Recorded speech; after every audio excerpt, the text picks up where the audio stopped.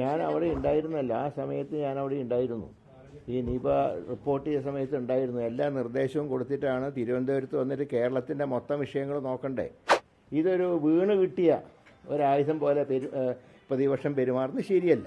നിയമനത്തിൽ സതുദ്ദേശത്തോടെ ചെയ്തതാണെങ്കിലും അത് ഭക്തജനങ്ങൾക്ക് സംശയമുണ്ടായ സാഹചര്യത്തിൽ അദ്ദേഹത്തിനോട് രാജിവെക്കാൻ പറഞ്ഞു. അദ്ദേഹം രാജിവെച്ചു. ഈ നിപ ഇതുവരെ വ്യാപിച്ചിട്ടില്ല.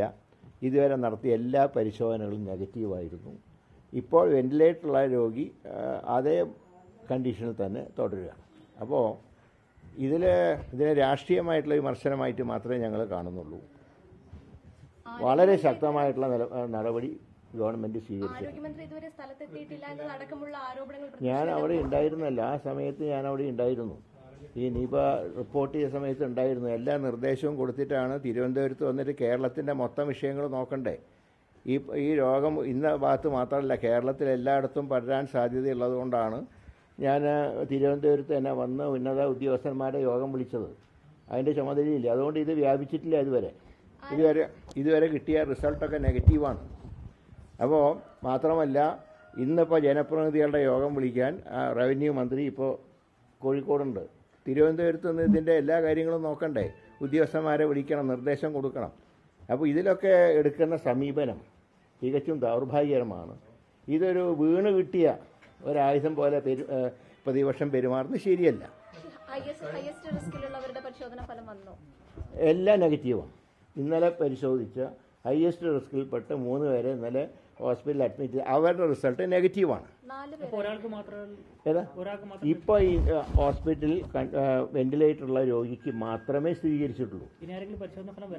ഇനി കാര്യമായിട്ടൊന്നും വരാനില്ല. എങ്കിലും സംശയങ്ങളൊക്കെ ഞങ്ങൾ പരിശോധിക്കുന്നുണ്ട്. ഒരു കേസും വെറുതെ വിടുന്നില്ല. അവരെ 3 വർഷം അവരുടെ കാലാവധി 3 വർഷമാണ്. 3 വർഷത്തെ പൂർത്തിയായി. ഇനി ഒന്നുകിൽ എക്സ്റ്റൻഷൻ കൊടുക്കാം, അല്ലെങ്കിൽ തുടർ നടപടികൾ സ്വീകരിക്കാമെന്ന് പ്രിൻസിപ്പൽ സെക്രട്ടറിയുടെ നോട്ടിൻ്റെ അടിസ്ഥാനത്തിലാണ് പുതിയ DHSന് ചാർജാണ് കൊടുത്തിട്ടുള്ളത്. പുതിയ ആളെ നിയമിച്ചില്ല, ചാർജ് കൊടുത്തു. മാത്രമല്ല അവർ ചില നടപടികൾ ഗവൺമെൻറ്റുമായിട്ട് ആലോചിക്കാതെ ചെയ്തു. ഇപ്പോൾ ശബരിമലയിൽ തന്നെ ഡോക്ടർമാരുടെ സേവനം വിട്ടു നൽകാൻ കഴിയില്ല എന്ന് ഒരു ഗവൺമെൻറ് വന്ന് ആ ഗവൺമെൻറ്റിലെ മുഖ്യമന്ത്രിയോ മന്ത്രിമാരോ ചാർജ് എടുത്ത് 48 മണിക്കൂറിന് മുമ്പ് അവരുമായിട്ട് ആലോചിക്കാതെ ഒരു ലെറ്റർ കൊടുത്തു. അത് തെറ്റാണത്. പക്ഷേ മാറ്റിയതിൻ്റെ കാരണം ഈ 3 വർഷം കംപ്ലീറ്റായി.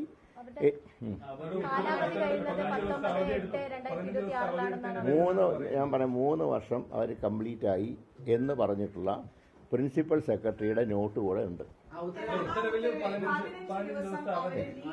ഇല്ല, ലീവ് എടുത്ത ലീവ് അല്ല, ഇല്ല, ലീവ് ഒരു കുറ്റമല്ല. അല്ല, ഞാൻ പറയുന്നത് അല്ല, അവർ ലീവ് എടുക്കുക 15-2 ദിവസം എന്നുള്ളതല്ല. ഈ ഒരു കാരണം കൊണ്ടും സർക്കാരിൻ്റെ ആലോചിക്കാതെ ചില നടപടികൾ സ്വീകരിച്ചതുകൊണ്ടും അവരെ മാറ്റി. ഏതാ അല്ല, 15 ദിവസത്തെ ലീവിൻ്റെ ഒക്കെ അതിൻ്റെ ഒരു കുറ്റമായിട്ടൊന്നും ഗവൺമെൻറ് കാണുന്നില്ല.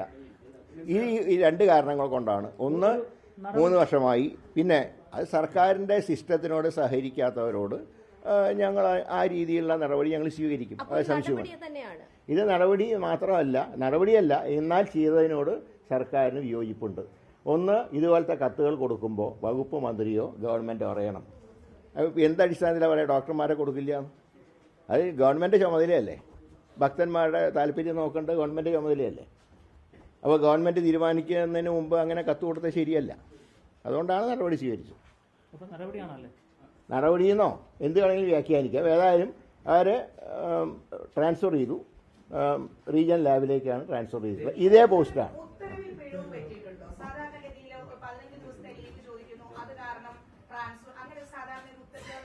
അങ്ങനെ വല്ലതും ഉണ്ടെങ്കിൽ അത് ഞങ്ങൾ തിരുത്തും.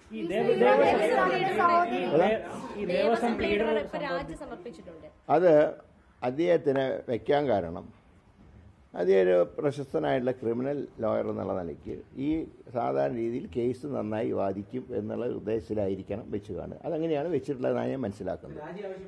രാജി ആവശ്യപ്പെട്ടു. കാരണം ഇത് വിവാദമായപ്പോൾ അത് ഭക്തജനങ്ങൾക്ക് വളരെയധികം പ്രയാസമുണ്ടായി. എനിക്ക് തന്നെ ഇന്നലെ ഒരുപാട് ഫോൺ കോൾ വന്നു. ഈ സർക്കാർ വന്നപ്പോൾ ഞങ്ങൾക്ക് ഈ സ്വർണ്ണക്കൊള്ള പുറത്തു വരുന്നുള്ള പ്രതീക്ഷയുണ്ട്, പക്ഷേ ഈ വക്കീലിനെ വെച്ചത് ഞങ്ങളുടെ പ്രതീക്ഷകൾ ഇല്ലാതാക്കുന്നു എന്നുള്ള വ്യാപകമായ ഭക്തജനങ്ങളുടെ പരാതിയുടെ അടിസ്ഥാനത്തിൽ മുഖ്യമന്ത്രി തന്നെ അദ്ദേഹത്തിനോട് രാജിവെക്കാൻ ആവശ്യപ്പെട്ടു. അദ്ദേഹം രാജിവെച്ചു. നിയമനം ക്യാബിനറ്റ് നടത്തുമ്പോൾ മുഖ്യമന്ത്രി മാത്രമല്ല, ക്യാബിനറ്റിൽ ഞാൻ ഉൾപ്പെടെയുള്ളവർക്ക് ഉത്തരവാദിത്തമുണ്ട്. പക്ഷേ ജനങ്ങൾക്ക് അതൊരു സംശയത്തിൻ്റെ നിഴൽ ഈ പ്രശ്നം നിൽക്കാൻ പാടില്ല. ഞങ്ങൾക്ക് നിർബന്ധം. അല്ല, ഭക്തജനങ്ങൾക്ക് അതിനെക്കുറിച്ചിട്ടുള്ള അഭിപ്രായ വ്യത്യാസമുണ്ട്. അപ്പോൾ എങ്ങനെ നിയമനത്തിൽ സതുദ്ദേശത്തോടെ ചെയ്തതാണെങ്കിലും അത് ഭക്തജനങ്ങൾക്ക് സംശയമുണ്ടായ സാഹചര്യത്തിൽ അദ്ദേഹത്തിനോട് രാജിവെക്കാൻ പറഞ്ഞു. അദ്ദേഹം രാജിവെച്ചു.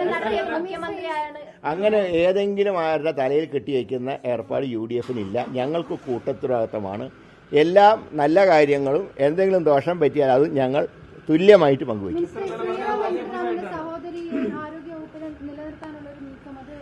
ഞാൻ പറയാം, ഇതുവരെയായിട്ട് ഒരു നിയമനവും നടത്തിയിട്ടുണ്ടെങ്കിൽ നിങ്ങൾ അറിയുമല്ലോ. ഇതുവരെയായിട്ട് ഒരു നിയമനവും നടന്നിട്ടില്ല. ഒരുപാട് ഊഹാപോഹങ്ങൾ ഇങ്ങനെ അന്തരീക്ഷത്തിൽ പ്രചരിക്കുന്നതനുസരിച്ച് അതിന് ഞാൻ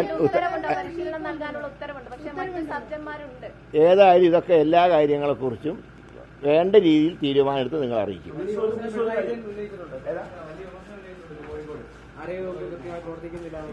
അതിന് ഞാൻ പറയാം, 10 വർഷം ഭരിച്ച് ആ ഭരണത്തിൽ അസംതൃപ്തി രേഖപ്പെടുത്തി ജനങ്ങൾ പുറന്തള്ളിയവർ എല്ലാത്തിനും കുറ്റം കാണും. അതിൽ ഞങ്ങൾക്ക് ഉത്തരവാദിത്വമില്ല.